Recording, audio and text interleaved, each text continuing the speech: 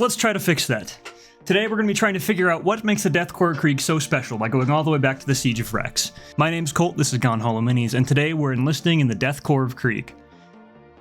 But first I'm going to take this off, this coat is really hot.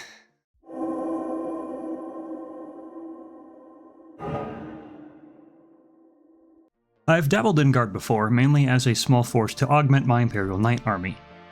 The fantasy of normal people standing up to eldritch horrors has always been interesting to me, but I'm not a big fan of the kind of Cold War era military gear that the Cadians are equipped with. But Krieg are finally getting their time in the sun with a full range refresh to go along with their kill team, so I think it might be time to take the plunge. But like I said, all of the Krieg memes and jokes kind of have a tendency to reduce the faction to shovels and bayonet charges. And while that may be true, I think we can do better. So starting with the Krieg kill team, let's figure out how we want to go with these guys. Krieg is very much inspired by gear from the First World War. While I'm definitely not an expert, the Krieg aesthetic seems to be specifically inspired by the various uniforms of the German Empire at the time. The flanged helmets, the rucksack, and even the greatcoats with their tails pinned back. So why don't we double down on that? Instead of using the frankly more realistic and reasonable drab tans and greens that other regiments use, we're going to go for a deep desaturated blue-gray. For now, I want to start by nailing down my colors. That kind of French blue color is pretty specific, and I want to make sure that I don't go too pale or too saturated, since either way could really impact the final color of our model. I'm starting with Army Painter Night Sky, mixed with a tiny bit of black. This will be my starting tone that I can build off of with subsequent layers and highlights. Now next up is my shade. I usually don't like using all-over washes since they're kind of the nuclear option when it comes to shading. But I mean, let's be real, this is an Imperial Guard army, and if we don't cut some corners, we're never going to get this army on the table. This is just an all-over wash of thinned down Occultist Cloak speed paint. This will darken our recesses with a nice, deep, but still desaturated blue. After that, I'm going back over with a dry brush of my original darkened Night Sky mix to re-establish my midtones. To keep things speedy, the next color will also be applied with a dry brush. This is just Army Painter Night Sky, not darkened this time.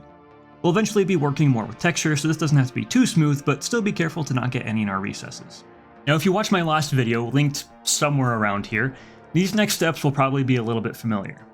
I'm going to layer up my next highlights not with dry brushing, but by painting on a ton of tiny scratches.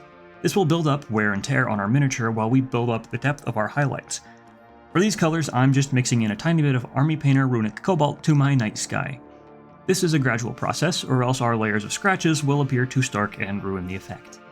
As I'm working brighter, I'm focusing on the creases and folds of the coat, until I'm eventually using pure Runic Cobalt to apply the brightest layers to the uppermost creases. Now I wanted to focus on the greatcoat first because that's pretty much the predominant color of our miniature, and getting it out of the way first leaves us with just the details left. But before we get too stuck into those details, it's good to take a pause here and take stock of which details we'll need, so we can figure out which paint is going where. Remember that since we're painting guardsmen, we're trying to paint pretty efficiently here. We could get stuck on these details for ages if we're not careful, so let's take a second to examine them first. Namely, some of the big ones are the backpack, the boots and gaiters, the armor, and the las rifle. On top of that, most of these parts have little metallic details that we'll need to pick out as well.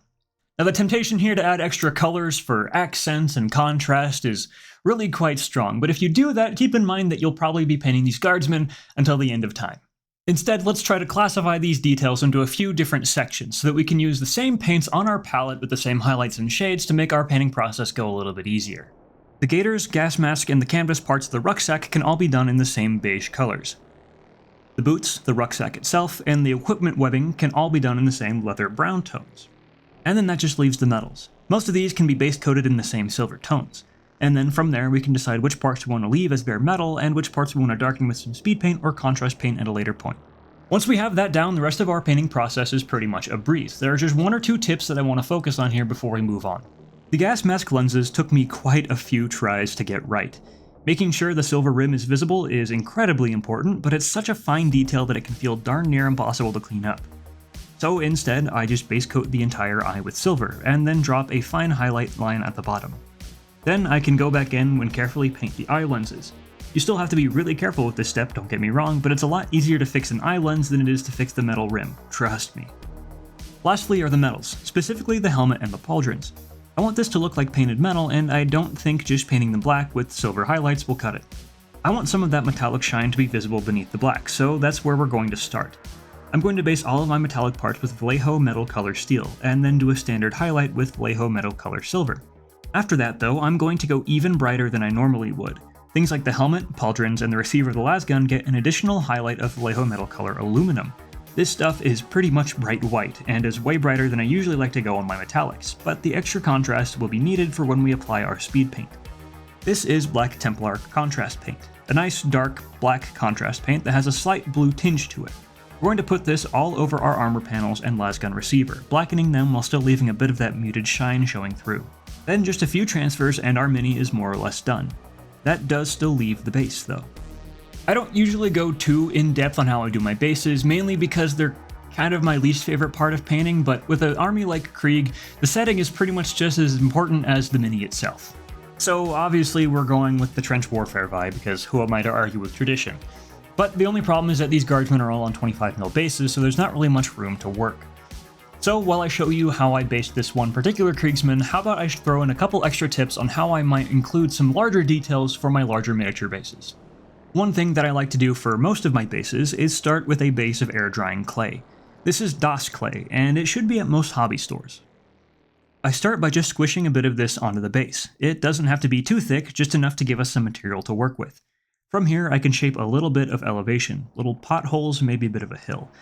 It doesn't have to be too much, but just putting a little change in elevation will look so much better than just building off of the flat base top.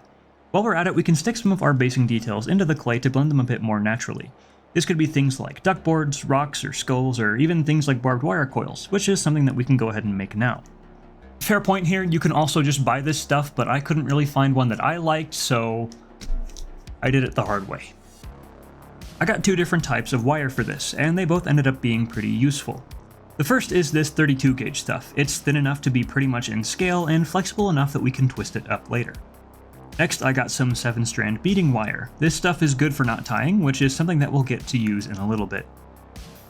First, I cut a length of that 32 gauge wire twice as long as I need it to be. This is because once it's cut, we're going to double it up and stick the ends into either a drill or a pin vise, whichever you have on hand.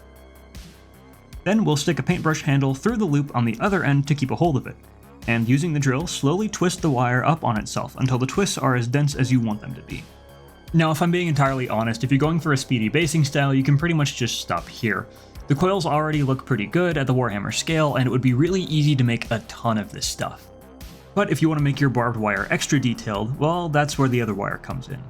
With this, we're going to tie a bunch of overhand knots along the length of our wire.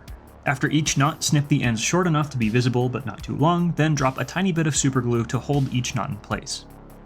This can then be coiled and placed on whichever bases have room for it, and will look great spattered with mud, blood, or even strewn with unfortunate Xenos that got entangled. Be warned though, this takes a while. I would really only recommend using it on characters, vehicles, or other kind of standout models in your army. But regardless, once we got our basing bits situated, we can go ahead and finish up the ground texture on our base. For this super muddy texture, I like using Pro Acryl Brown Coarse Earth. I just prime my clayed base black, then slop this stuff on. It doesn't need a primer, so once it's dry, it can be shaded and dry brushed without worry. Now all we have to do is get our miniature onto our base, and we're left with something that looks a little bit like this.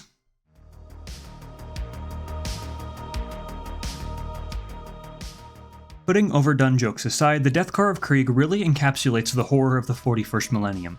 Faceless soldiers spurred by zeal and centuries-old guilt, clad in gear that's outdated even by Warhammer standards, massed in hordes to match the unending threats to humanity.